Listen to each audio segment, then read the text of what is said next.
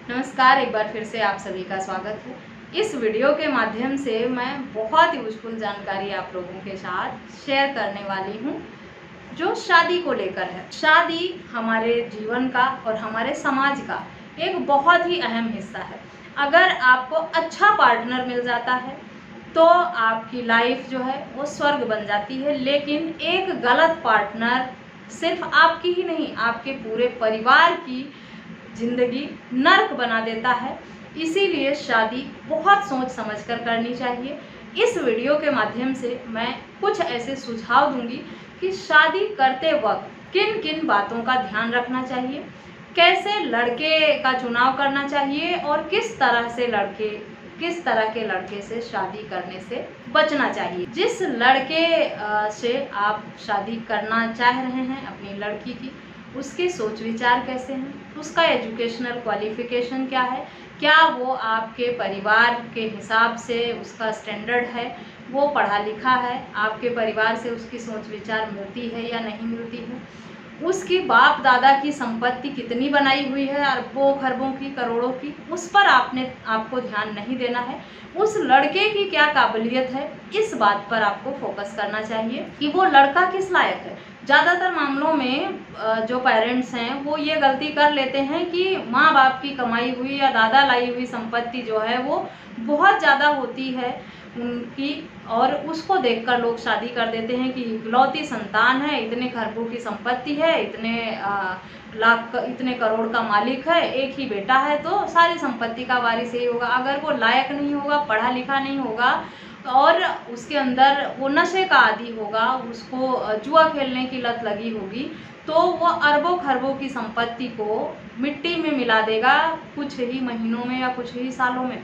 तो आपको लड़के की योग्यता देखनी है, उसके परिवार की, उसके खानदान की, इन सब बातों को बाद में रखें। सबसे पहले आप ये देखें कि वो लड़का किस लायक है, क्या आपकी बेटी को खुश रख सकता है, वो एक जिम्मेदार इंसान है, वो पढ़ा लिखा है, वो सभ्य है, वो सामाजिक है, वो किसी नशे का आदी तो नहीं है। इससे पहले उसके ऊपर कोई भी छेड़छाड़ का, रेप का या मर्डर का मुकदमा तो नहीं दर्ज है, पड़ोसियों के साथ उसने लड़ाई झगड़े, बदतमीजी या मार पिटाई के केस तो नहीं किए हुए हैं, इससे पहले उसने शादी तो नहीं कर रखी है कहीं। ये गलती भी लोग करते हैं। आजकल ऑनलाइन शादियों के चक्कर में पड़ जाते हैं लोग। मैरिज ऐप बनी हुई हैं, वहाँ पे लोग अपना बायोडाटा बनाकर शादी का एडवर्टीजमेंट देते हैं और सुंदर सुंदर लड़के लड़कियों की फोटो लगाकर एक दूसरे को भ्रामक विज्ञापन देकर फंसा लेते हैं। ऐसी गलती अगर आप करेंगे, कहीं दूर का रिश्ता आप कर लेंगे, तो आपको ये नहीं पता चलेगा कि उनके परिवार का बैकग्राउंड कैसा है, वो कैसे खानदान से हैं, कैसे लोग हैं, उस बच्चे को कोई गंभीर बीमारी तो नहीं है, मिर्गी के दौरे तो नहीं पड़ते उसको, या कोई ऐसी छुआछूत की बीमारी, लाइलाज बीमारी है, या उनके खानदान पर कोई ऐसा लांछन लगा हुआ है, उनके परिवार का सामाजिक स्टेटस क्या है, समाज से जुड़े हुए लोग हैं या समाज से निष्कासित किए हुए लोग हैं, उनके घर में जो परिवार हैं, उनके घर में बेटी है, कोई विवाहित है या अविवाहित है। विवाहित बेटी है तो वो अपना ससुराल छोड़कर मायके में तो नहीं रह रही है, डाइवोर्सी तो नहीं है, विडो तो नहीं है। अगर वो परिवार में रह रही है तो उसकी दखलंदाजी बहुत ज़्यादा होगी। बड़ी है अगर अपने भाई से तो कुछ ज़्यादा ही होगी। कई बार ऐसा भी होता है कि माँ बाप नहीं होते हैं लड़के के और बड़ी बहन ही पेरेंट्स की तरह अपने छोटे भाई का ख्याल रखती है और उसके साथ रहती है। ऐसी परिस्थिति में जब उस भाई की शादी भी हो जाती है, भाई अच्छा कमा रहा होता है, पैसा प्रॉपर्टी होती है, संपत्ति होता है, भाई की शादी होने के बाद भी बहन अपने भाई को छोड़कर जाना नहीं चाहती, उसी के साथ रहती है, उसी के घर में रहती है और उसके जीवन में इस हद तक दखलंदाजी करती है कि उसका परिवार नहीं बसने देती। तो आप इन छोटी छोटी बातों का ख्याल रखें। कोई भी लड़का ढूंढने से पहले शादी सिर्फ ऐसे एक पढ़े लिखे व्यक्ति से, जिसके पास पैसा प्रॉपर्टी हो, उससे कर देने में कोई बहुत बड़ा काम नहीं है। आज के टाइम में, वर्तमान समय में शादी का फैसला बहुत सोच समझकर करने लायक है। लड़का और लड़की दोनों के साथ अलग अलग तरीके से फ्रॉड हो रहे हैं, स्कैम हो रहे हैं। लड़कियों के साथ भी बहुत बुरी तरह से प्रताड़ना होती है। जहाँ पे लड़की पक्ष शरीफ है वहाँ लड़के वाले उनको बदमाश मिल जाते हैं, और जहाँ लड़का पक्ष शरीफ है वहाँ लड़की वाले बदमाश मिल जाते हैं। दोनों में से कोई एक अगर आपके हिसाब से, आपके सोच विचार के हिसाब से रहने वाला नहीं है, आप भगवान में आस्था रखने वाले आस्तिक व्यक्ति हैं, आपने जिसके घर में शादी की वो लोग नास्तिक हैं, उन्हें समाज से कोई लेना देना नहीं है, उनको मान मर्यादा का कोई ख्याल नहीं है, उन्हें कोई फर्क नहीं पड़ता कि उनकी एक बीवी छोड़ के चली जाए या उसके साथ कुछ गलत हो जाए, वो दूसरी शादी करेंगे, वो कर लेंगे आसानी से, उनको कोई फर्क नहीं पड़ने वाला कि लोग क्या कहेंगे, समाज क्या कहेगा या रिश्तेदार क्या कहेंगे।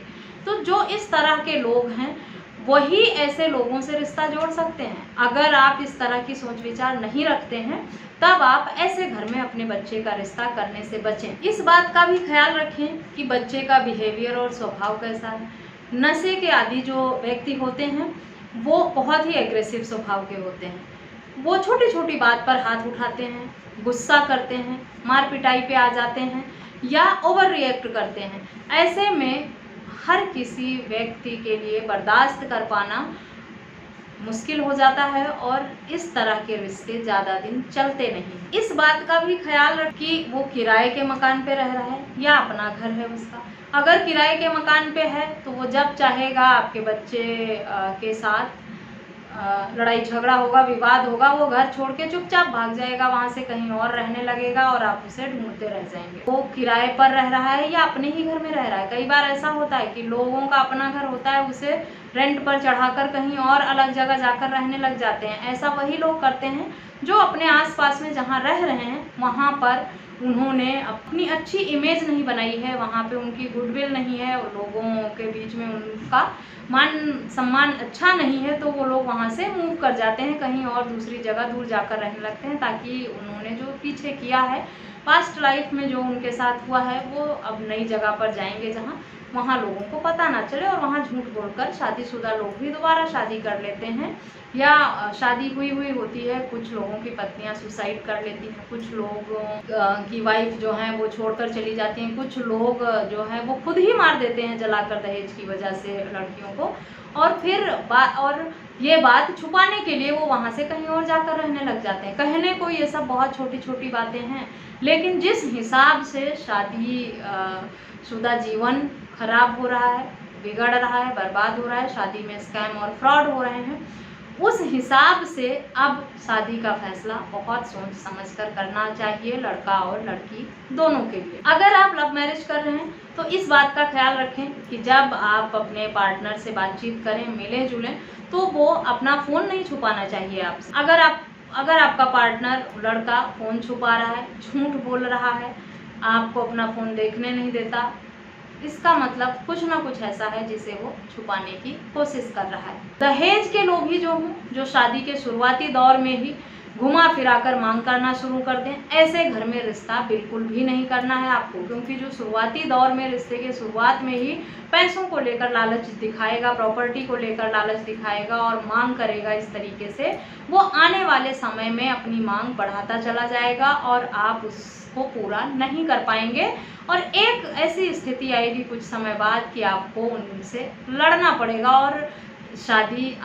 और इस तरह की शादी कंटिन्यू नहीं हो। इसीलिए ऐसे लोगों से भी रिश्ता बनाने से बचें। आजकल बच्चों को लोग घर से दूर भेज देते हैं अकेले पढ़ने के लिए, नौकरी करने के लिए। शहरों में बच्चे कई सालों तक अकेले रहते हैं, ऐसे में वो गलत संगत के शिकार हो जाते हैं, वो ड्रग्स लेने लगते हैं, नशे के आदी हो जाते हैं, या आजकल एक बहुत बड़ी समस्या समाज में उत्पन्न होती जा रही है, लड़के लड़कों के साथ रिलेशनशिप में रहने लग जाते हैं, लड़कियां लड़कियों के साथ रिलेशनशिप में रहने लग जाती हैं, और फिर वो घर वालों के दबाव में आकर या समाज में अपनी मान मर्यादा बचाए रखने के लिए शादी कर लेते हैं सामाजिक तौर पर, लेकिन वो अपने पार्टनर को ना वो खुशी दे पाते हैं, ना वो सुख दे पाते हैं, ना उनका शादीशुदा जीवन खुशहाल चलता है। कुछ समय बाद विवाद, लड़ाई झगड़े होते हैं और इस तरह की बातें कुछ समय बाद निकलकर सामने आती हैं, फिर उनका शादीशुदा जीवन खराब होना शुरू हो जाता है। तो इन सब बातों का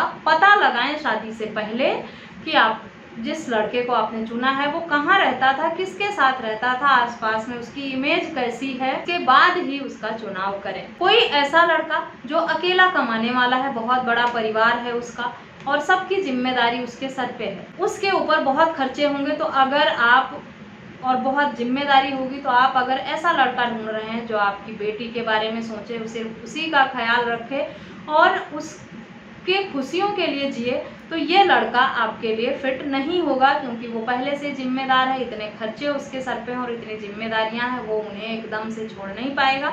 अगर आपकी बेटी उसके साथ एडजस्ट करने को तैयार है, इसी तरह का लड़का आपको चाहिए था, तब तो करें। अगर आपके सोच विचार दूसरे तरह से हैं, आप इस तरह के परिवार को नहीं बर्दाश्त कर सकते, तब ऐसा रिश्ता करने से आपको बचना चाहिए। और परिवार के खिलाफ जाकर शादी करने की गलती बिल्कुल भी ना करें। कई बार ऐसा होता है, अलग अलग धर्म के, अलग अलग जाति के लोग होते हैं और शादियां लोग करा देते हैं। परिवार वाले राजी नहीं होते हैं, दबाव बनाकर रिश्तेदारों के, मित्र के और आसपास के लोगों की शादी करवा दिया जाता है। लेकिन आपकी लड़की को जाकर उन्हीं के घर में तो रहना है, उनके साथ जबरन उनके घर में आप भेजेंगे दबाव बनाकर, तो आपकी बेटी के साथ वो कैसा व्यवहार करेंगे, उसका बदला नहीं लिया जा सकता है उसके साथ जब वो उनके घर में जाएगी रहने। शादी जो है वो दो परिवारों के बीच अच्छे संबंध के साथ बनानी चाहिए। सोच विचार जिनके मिलते हों उनके साथ करनी चाहिए। एक जैसे स्टैंडर्ड के होने चाहिए, एक जैसे उनकी मानसिकता होनी चाहिए, रहन सहन होना चाहिए, तभी लड़की वहां जाकर एडजस्ट हो पाती है। अगर आप अपने परिवार से बिल्कुल अपोजिट सोच विचार करने वाले लोगों से रिश्ता कर लेते हैं, तो शादी चलना बहुत मुश्किल हो जाता है। तो ये छोटी छोटी बातें हैं जिनका ख्याल रखकर आप सही लड़के का चुनाव कर सकते हैं और शादी में हो रहे फ्रॉड और धोखे से बच सकते हैं। अगर आप अपने इतना सब कुछ सोच विचार करने के बाद भी अगर आप शादी करते हैं और आपके साथ कोई धोखा होता है, फ्रॉड होता है, चीट होता है, झूठ बोलकर शादी कर दी जाती है, तो आपको शादी के कुछ समय बाद ही पता चल जाता है। जब आपका बच्चा उनके घर में रहने जाएगा, कोई बड़ी बीमारी छुपाई है, कोई गंभीर बीमारी छुपाई है या झूठ बोला है, धोखा दिया है, तो उस घर में जाने के कुछ महीने बाद ही ये सब बातें पता चल जाती हैं। तो हिंदू मैरिज एक्ट के सेक्शन 12 के अनुसार शादी को रद्द कराने की मांग, नल एंड वॉइड कराने की मांग कोर्ट में आप कर सकते हैं। इसके लिए 1 साल की समय सीमा आपको दी जाती है, यानी शादी होने के 1 साल के भीतर अगर कोई झूठ फ्रॉड पता चलता है, चीट करके शादी की गई है, धोखा देकर शादी की गई है, तो 1 साल के भीतर उस शादी को रद्द करवाया जा सकता है। आपको तलाक लेने की जरूरत नहीं पड़ेगी, डाइवोर्सी होने के टैग से आप बच जाएंगे, वो शादी ही नल एंड वॉइड हो जाएगी। हिंदू मैरिज एक्ट के सेक्शन 12 में इसका प्रावधान किया गया है।